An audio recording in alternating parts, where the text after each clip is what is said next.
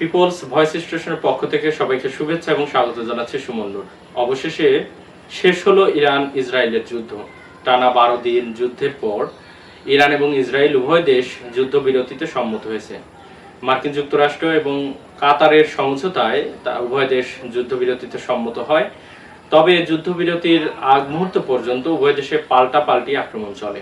Iran এবং ইসরায়েলের এই যুদ্ধের ফলে সত্যিকার অর্থে কোন দেশের জয়লাভ করে বা কোন দেশ জয়লাভ করলো, ইরান কি ইসরায়েল, এই বিষয়ে চলছে চুলচেরা বিশ্লেষণ। বিশ্লেষকদের বেশিরভাগই মনে করেন যে এই যুদ্ধে সত্যিকার অর্থে ইরানের জয় হয়েছে।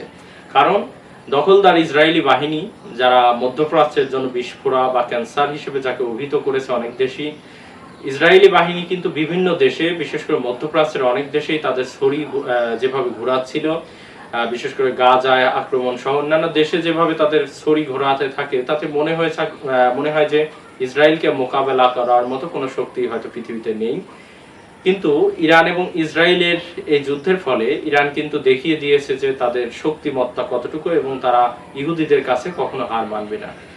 ইরানের সর্বোচ্চ ধর্মীয় নেতা আয়াতুল্লাহ আলী খামিনি, তিনি কিন্তু বরাবরই বিভিন্ন রাষ্ট্রীয় টেলিভিশন বা বিভিন্ন মিডিয়াতে যখনই কথা বলেছেন, তিনি কিন্তু বারবার বলেছেন যে বিশ্ববাসীর উদ্দেশ্যে এবং সেখানকার নাগরিকদের উদ্দেশ্যে তিনি পবিত্র কোরআনের রেফারেন্স দিয়ে কথা বলেছেন এবং মহানবী সাল্লাল্লাহু আলাইহি ওয়াসাল্লামের ভবিষ্যৎবাণীর কথা বলেছেন সহ তিনি কিন্তু স্মরণ করিয়ে দিয়েছেন যে ইসরায়েলিদের মার্কিন যুক্তরাষ্ট্র তাদেরকে স্মরণ করিয়ে দিতে চায় যে ইরানের যে অতীত ইতিহাস, তাতে ইরান কখনো কারো কাছে মাথা নত করবে না। এবং শেষ পর্যন্ত সেটি ঘটলো।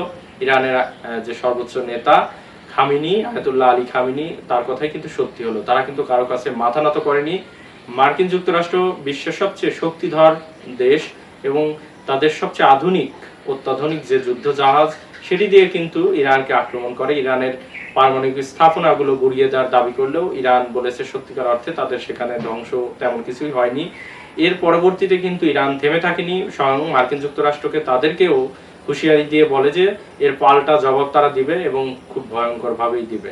এবং সেটিই করে। ইরান কিন্তু কাতারে থাকা মার্কিন যে ঘাঁটিগুলো রয়েছে, আমেরিকান ঘাঁটি, সেগুলো কিন্তু বারবার মিসাইল হামলায় সেগুলো পরাস্ত হয় বা সেগুলো বিধ্বস্ত হয়। এর পাশাপাশি যেটি লক্ষ্য করা যায়, এই যুদ্ধ যখনই টান উত্তেজনা এবং টানা ১২ দিন চলতে থাকে, এরপরে দেখা যায় যে ইসরায়েল তারা কিন্তু অনেকটাই দুর্বল হয়ে পড়ে। যুদ্ধের প্রথম থেকেই ইসরায়েল কিন্তু আমেরিকার সহযোগিতায় তাদের যুদ্ধাস্ত্র, যুদ্ধ জাহাজ, অন্যান্য সহযোগিতা নিয়ে তাদের সহযোগিতায় কিন্তু চলতে থাকে। এর বাইরেও মধ্যপ্রাচ্যের যে দেশগুলো আছে, বিশেষ করে সৌদি আরব সহ অন্যান্য মুসলিম দেশ, তারা কিন্তু পর্দার আড়াল থেকে কি এক অদ্ভুত কারণে বা অজানা কারণে তারা কিন্তু ইসরায়েলকে সমর্থন প্রদান করে। কিন্তু ইরান শুধুমাত্র একক শক্তিতে, তাদের একক যে তাদের সৈনিক রয়েছে, তাদের যে যুদ্ধ কৌশল রয়েছে, তারা শুধুমাত্র একক নেতৃত্বে তারা কিন্তু যুদ্ধের পুরোটা সময় যুদ্ধ চালিয়ে যায় এবং কখনোই তারা হার মানেনি। এবং তারা বরাবরই বলেছে যে তারা প্রথমে যুদ্ধ করেনি, যেহেতু ইসরায়েল তাদেরকে আক্রমণ করেছে, এবং পাল্টাপাল্টি কিন্তু তারা আক্রমণ করতে থাকে। বিশেষ করে তেল আবিব, হাইফা শহর, যেগুলো একদম ধ্বংসযজ্ঞে পরিণত হয়েছে। এর বাইরে মোসাদের কার্যালয়, তাদের প্ল্যানিং সেন্টার সহ বহু স্থাপনা কিন্তু গুড়িয়ে দিয়েছে। ইসরায়েলও পাল্টাপাল্টি আক্রমণ করেছে, তেহরানের অনেক স্থাপনা ক্ষতিগ্রস্ত হয়েছে। তারপরেও কিন্তু যুদ্ধের বিরতির যে প্রস্তাব, সেটা কিন্তু ইসরায়েলের পক্ষ থেকে আসে এবং যখনই মার্কিন যে ঘাঁটি রয়েছে কাতারে, সেই মার্কিন ঘাঁটিতে আক্রমণ করার ফলে কিন্তু আমেরিকার সুর অনেকটাই নরম হয়ে আসে এবং সবচেয়ে বেশি দুর্বল হয়ে আসে অন্যান্য দেশগুলোর চাপে। কারণ ইরানের যে পার্লামেন্ট রয়েছে, সেখানে কিন্তু তারা আইন পাশ করেন যে হরমুজ প্রণালী, যেটি বিশ্বের সবচেয়ে বেশি তেল সরবরাহ, যার যে প্রণালীর মাধ্যম দিয়ে ঘটে থাকে, বলা হয়ে থাকে শতকরা 20% তেল কিন্তু সেই প্রণালী দিয়ে রপ্তানি হয়ে থাকে। তো এই হরমুজ প্রণালী বন্ধের ঘোষণার পর থেকেই কিন্তু অনেক দেশই নড়েচড়ে বসে। কারণ এই তেল সরবরাহ যদি বন্ধ হয়ে যায়, তাহলে সেই তেলের প্রভাব কিন্তু গোটা বিশ্বে পড়বে। বাংলাদেশ সহ অন্যান্য দেশ, সকল দেশে কিন্তু এই তেলের প্রভাব পড়বে। তো হরমুজ প্রণালী যখনই বন্ধের তারা নীতিগত সিদ্ধান্ত নেয় ইরান, তখনই কিন্তু চীন সহ অন্যান্য দেশ যুদ্ধ বন্ধের জন্য আমেরিকাকে চাপ দিতে থাকে এবং সর্বশেষ যেটি হয় সেটি হচ্ছে আমেরিকা প্রস্তাব করে এবং উভয় দেশকে সম্মত হয়। যদিও ইসরায়েলের পক্ষ থেকেই প্রথম দিকে প্রস্তাব রাখা এবং আমেরিকা সেখানে মধ্যস্থতা করে, কাতারও সেখানে মধ্যস্থতায় সহযোগিতা করেছে এবং সর্বশেষ যেটি ঘটে, ইসরায়েল এবং ইরান উভয় দেশে কিন্তু যুদ্ধর মধ্যস্থতার ক্ষেত্রে সম্মতি হয়েছে এবং তারপর থেকেই এই যুদ্ধটা বন্ধ হয়ে যায়। ইরান এবং ইসরায়েলের এই যুদ্ধ বন্ধের ফলে আরবীয়দের 48 বছরের যেটা পরাজয়ের ইতিহাস সেটি কিন্তু বুঝে গিয়েছে।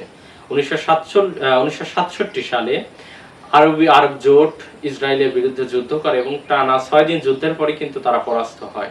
দীর্ঘদিন ধরে ইহুদি বাহিনীর কাছে মুসলিম বিশ্বের এই পরাজয়ের গ্লানি তাদের কিন্তু বহন করতে হয়। ইরান ইসরায়েলের এই যুদ্ধে ইরান যখন ইসরায়েলকে পরাস্ত করেছে, তার ফলে কিন্তু মুসলিম বিশ্বের যে হারানো ঐতিহ্য সেটি 48 বছর পরে হলেও ফিরে এসেছে বলে মনে করেন অনেক বিশ্লেষক। কারণ এই যুদ্ধের ফলে গোটা বিশ্ব যেটি দেখেছে সেটি হচ্ছে ইসরায়েলকে যতটা শক্তিধর মনে করা হয় আসলে কিন্তু তারা ততটা শক্তিধর নয়।